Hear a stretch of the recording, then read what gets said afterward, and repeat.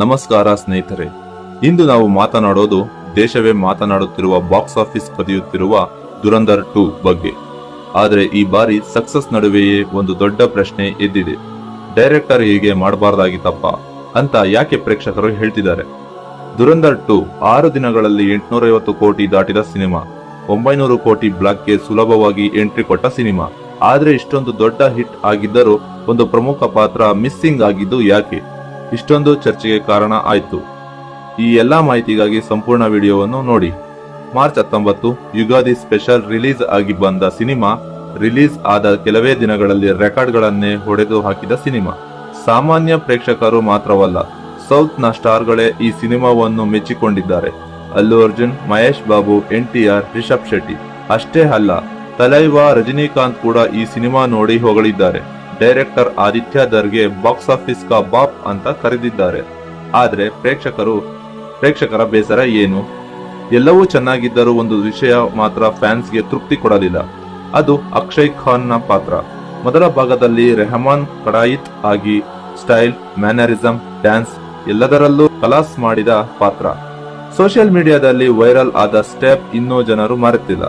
ಆದ್ರೆ ದುರಂಧರ್ 2 ನಲ್ಲಿ ಆ ಪಾತ್ರವೇ ಇಲ್ಲ. ಫ್ಯಾನ್ಸ್ ಏನು ಎಕ್ಸೈಟ್ಮೆಂಟ್ ಆಗಿದ್ರೋ, Rehman Dakait back story. Fans ಏನು ಎಕ್ಸ್ಪೆಕ್ಟ್ ಮಾಡಿದ್ರು ಅಂದ್ರೆ ರೆಹಮಾನ್ ಡಕಾಯಿತ್ ಬ್ಯಾಕ್ ಸ್ಟೋರಿ ಬರಬಹುದು ಅಂತ. ಆದ್ರೆ ಡೈರೆಕ್ಟರ್ ಅದನ್ನು ತರಲೇ ಇಲ್ಲ. ಯಾಕೆಂದ್ರೆ ಮೊದಲ ಭಾಗದಲ್ಲೇ ಆ ಪಾತ್ರ ಕೊನೆಗೊಳಿಸಿದ್ದರು. ಇದೇ ಕಾರಣಕ್ಕೆ ಪ್ರೇಕ್ಷಕರು ಹೇಳಿದ್ದಾರೆ, ಈ ಒಂದು ತಪ್ಪು ಮಾಡಬಾರ್ದಾಗಿತ್ತಪ್ಪ ಅಂತ. ಕ್ಲೈಮ್ಯಾಕ್ಸ್ ಚರ್ಚೆ. ಇನ್ನೊಂದು ಹಾಟ್ ಟಾಪಿಕ್ ಕ್ಲೈಮ್ಯಾಕ್ಸ್. ರಣವೀರ್ ಪಾತ್ರ ವರ್ಷಗಳ ಕಾಲ ಪಾಕ್ ನಲ್ಲಿ ಕೆಲಸ ಮಾಡಿ ಕೊನೆಯಲ್ಲಿ ಇಂಡಿಯಾಗೆ ವಾಪಸ್ ಬರ್ತಾರೆ. ಆದ್ರೆ ತನ್ನ ಕುಟುಂಬದ ಜೊತೆ ಮಾತನಾಡದೆ ದೂರದಿಂದಲೇ ನೋಡುತ್ತಾ ಇರ್ತಾರೆ. ಇದು ಕೆಲವರಿಗೆ ಎಮೋಷನ್, ಇನ್ನು ಕೆಲವರಿಗೆ ಅಪೂರ್ಣ ಅಂತಾನೆ ಹೇಳ್ಬಹುದು. ಇದನ್ನು ಬದಲಾಯಿಸಿ ಕೆಲವರು AI ಮೂಲಕ ಹೊಸ ಕ್ಲೈಮ್ಯಾಕ್ಸ್ ಮಾಡಿದ್ದು ವೈರಲ್ ಆಗಿದೆ. ಅದರಲ್ಲಿ ಜಸ್ಕಿರತ್ ಸಿಂಗ್ ತನ್ನ ತಾಯಿಯನ್ನು ಮೀಟ್ ಆಗ್ತಾನೆ. ಆ ವಿಡಿಯೋ ನೋಡಿ ಜನರು ಹೇಳ್ತಿದ್ದಾರೆ, ಇದರಲ್ಲಿ ಆದ್ರೂ ಹ್ಯಾಪಿ ಎಂಡಿಂಗ್ ಸಿಕ್ಕಿತ್ತು ಅಂತ. ರಿಲೀಸ್ ಟೆಸ್ಟ್ ಏನು ಗೊತ್ತಾ?